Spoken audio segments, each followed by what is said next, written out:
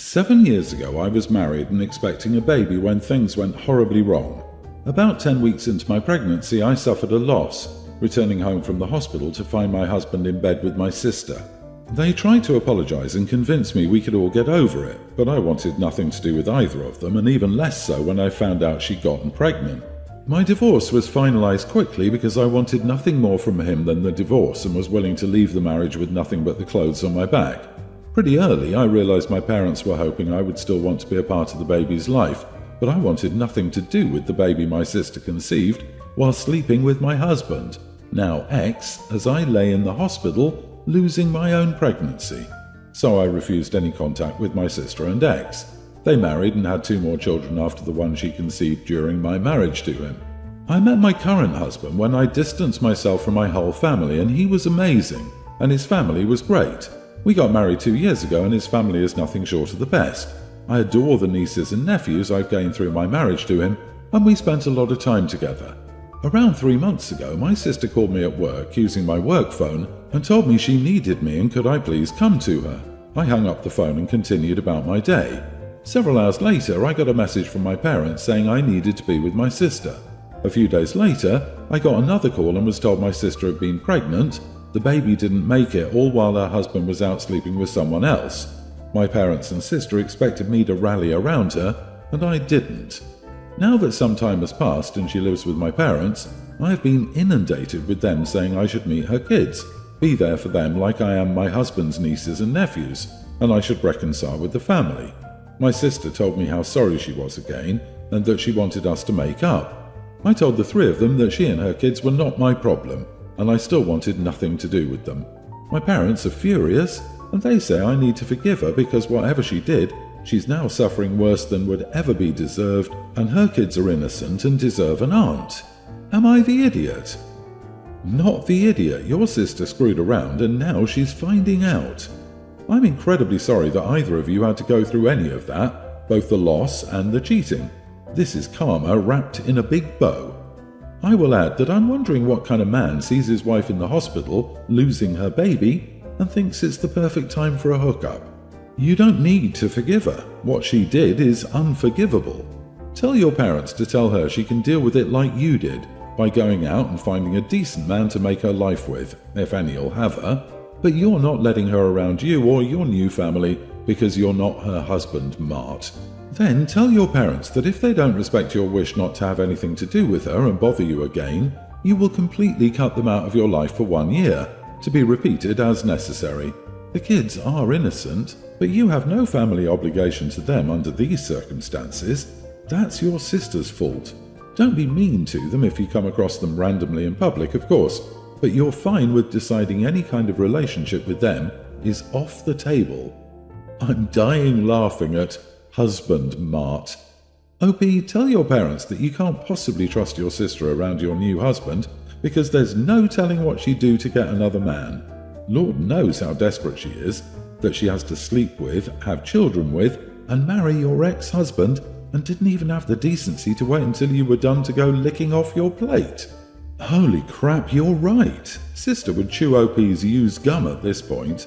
A mistress who becomes a wife creates a vacancy. She knew the moral caliber of the man she married. She shouldn't be surprised. I'm not downplaying the horror of a baby loss, nor would I ever wish it upon anyone. It is one of the worst things a human can go through. Sister did not deserve a loss. No one does. I think we should be careful not to suggest pregnancy loss is someone's karma because other people blame themselves, and reading that devastates them. But the sister also has living children. OP does not. The situations are similar but totally different, and OP does not need to do anything for crappy sister and bonus nibblings. That's cruel. OP, for your mental health, please cut these toxic people off. I suspect their motives are not pure in nature, and they likely want to use you. We have 3 kids and struggled a lot with money while they were growing up. My youngest 2 still live with us, but my oldest son, 22, lives with his girlfriend. They've only been dating a few months, so when he said he was moving in, we weren't happy and told him it was a dumb idea and he couldn't afford it and we couldn't help him. Our son told us her student loans paid for the apartment and he's just paying utilities and groceries. He moved in anyway almost a year ago. Things were rough for us and we wouldn't be able to make our mortgage payment for 1 month. We reached out to our son asking us if he could loan us some money. He gave us $1,000 and our daughter gave us $500 and we were able to make the mortgage. I fully intend on paying them both back when able. My son reached out last week and asked if I could pay some of the money back. They're falling short of rent this month. I told him I couldn't at the moment. I told him that's why I thought it was a bad idea. He didn't need to move out. He chose to, even though he couldn't afford it when he could live at home for free. He said forget it, and they borrowed money from his girlfriend's family, who are well off. Now he's not answering phone calls from his father or me, but we literally didn't have the money to give him.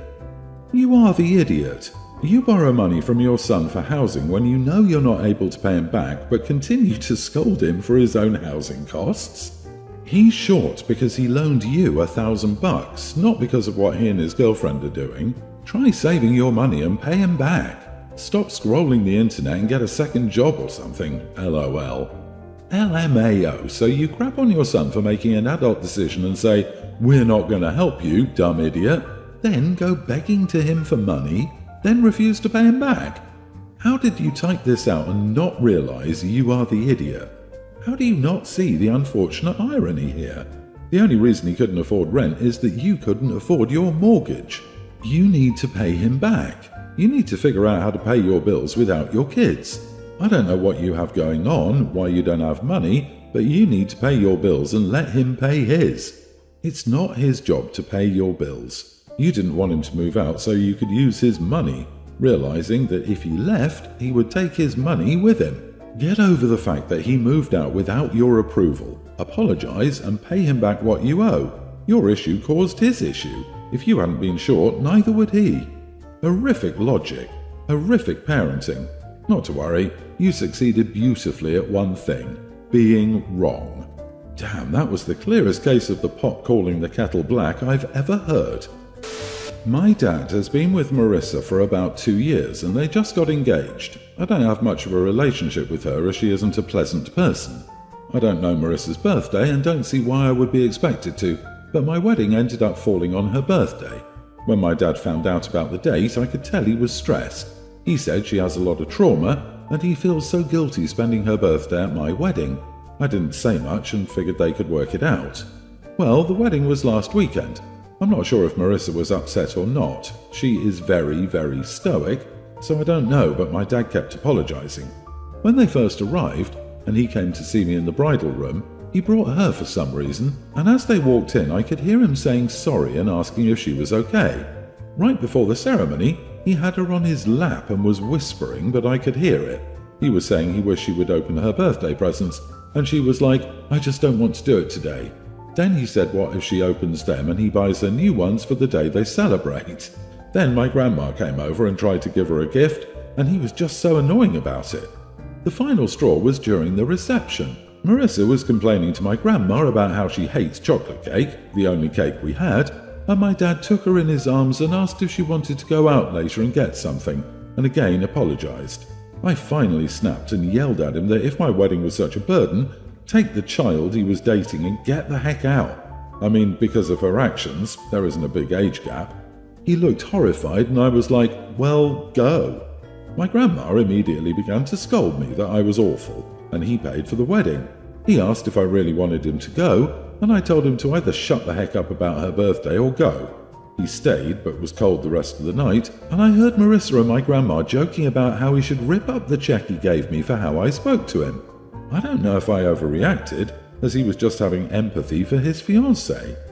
Edit: is Marissa in therapy? Has she ever been? Not since some court-mandated thing as a kid. She refuses to go now and says this is how she is and if you don't like it, leave her alone. My dad seems to have picked up some skills to soothe her from, I don't even know, watching people parent babies? Everyone's the idiot here. On the one hand, Dad and Marissa need to build a bridge and get over whatever is going on here. It's your special day, and unless you deliberately placed it on her birthday, which you said was a coincidence, they need to suck it up for one day. But you suck for making a scene about it probably wasn't a great move on your part either. I would have quietly taken my dad aside and said, "Hey, I don't appreciate this on my wedding day." Give him a chance to apologize to you and maybe salvage the day by being mindful of how he's acting. Also, Grandma can butt out. I'm sorry, but you are the idiot for what you said to him. It was rude and unnecessary.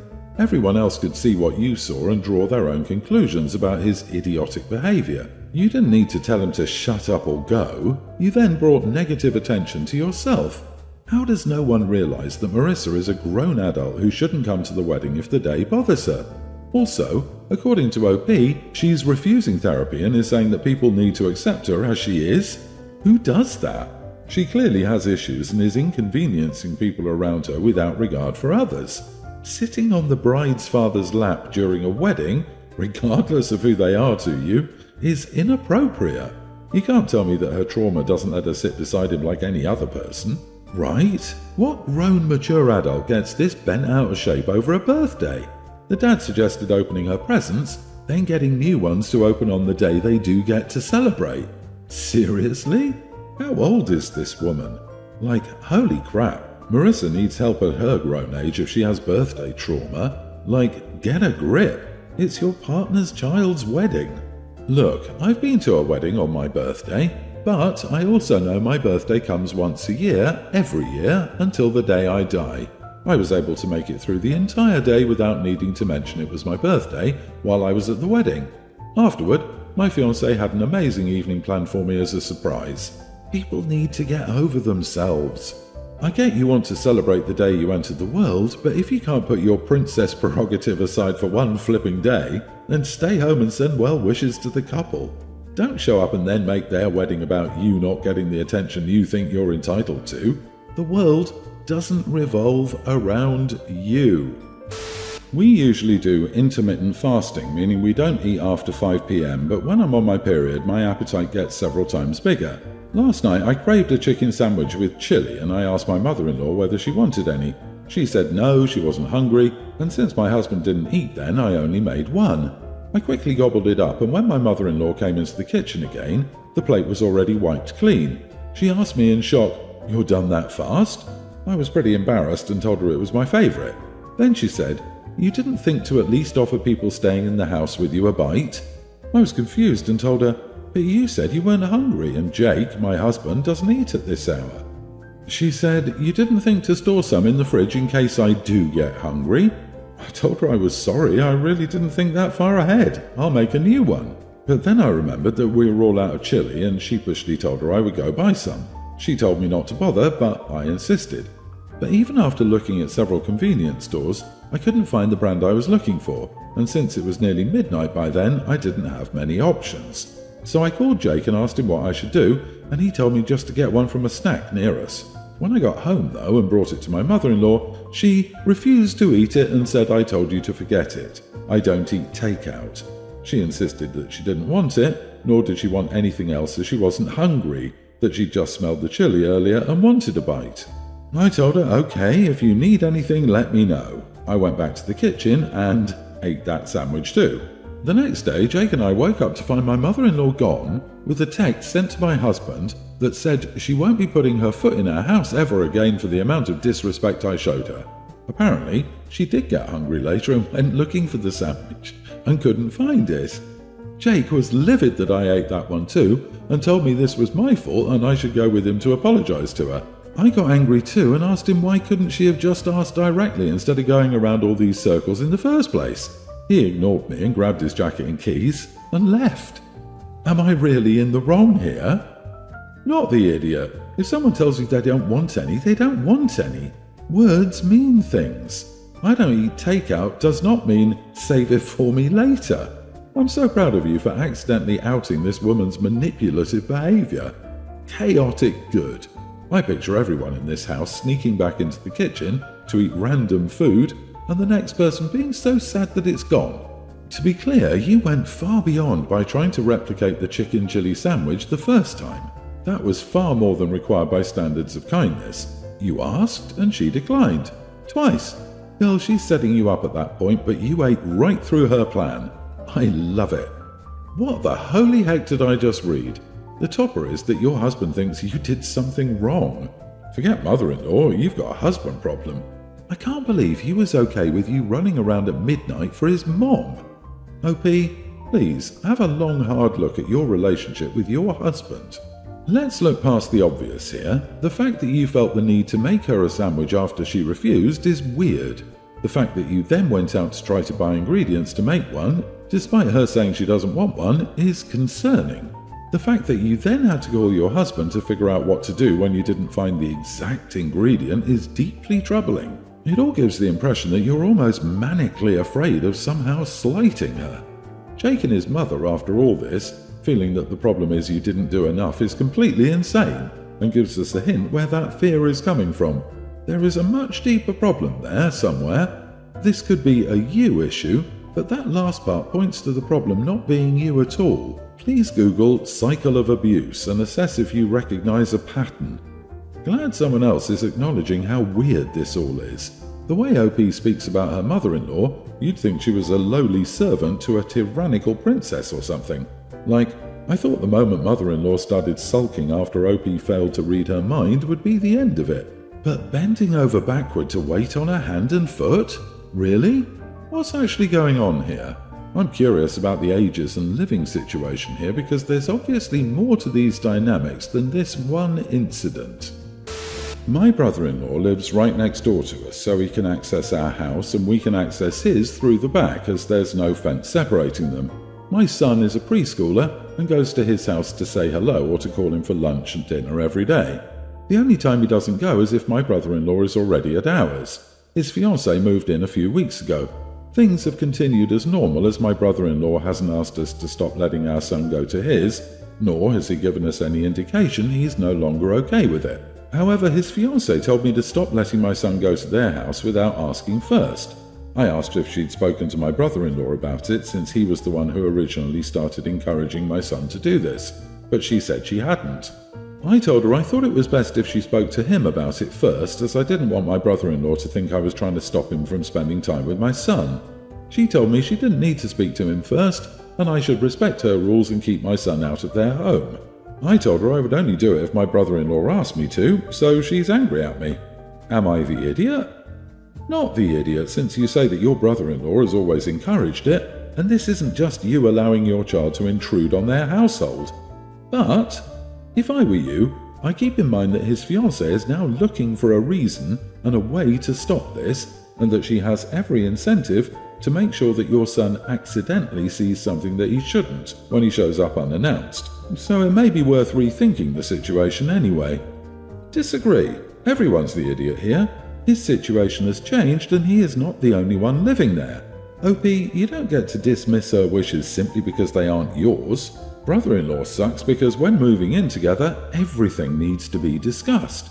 Seeing as your families are close, how is this not brought up? If this was going to be an issue, it should have been dealt with before moving in together. The only one who doesn't suck is the kid. Sorry, the child is definitely the idiot in this case. You are the idiot, OP. If his fiancée has moved in, that makes it her home too. You need her permission as well, not just your brother-in-law's. I know that's an adjustment. She's adjusting too. And there might be plenty of reasons why a couple might not want an unsupervised toddler roaming around their home. OP, do you really want your son to bust in on them? Or what about the fiancé's right to walk around naked in her own home? Maybe she has breakable items she's worried he'll touch. Maybe she's worried he'll get hurt and no one will know. There are dozens of reasons for her to ask this. You must respect her decision on what to do in her home.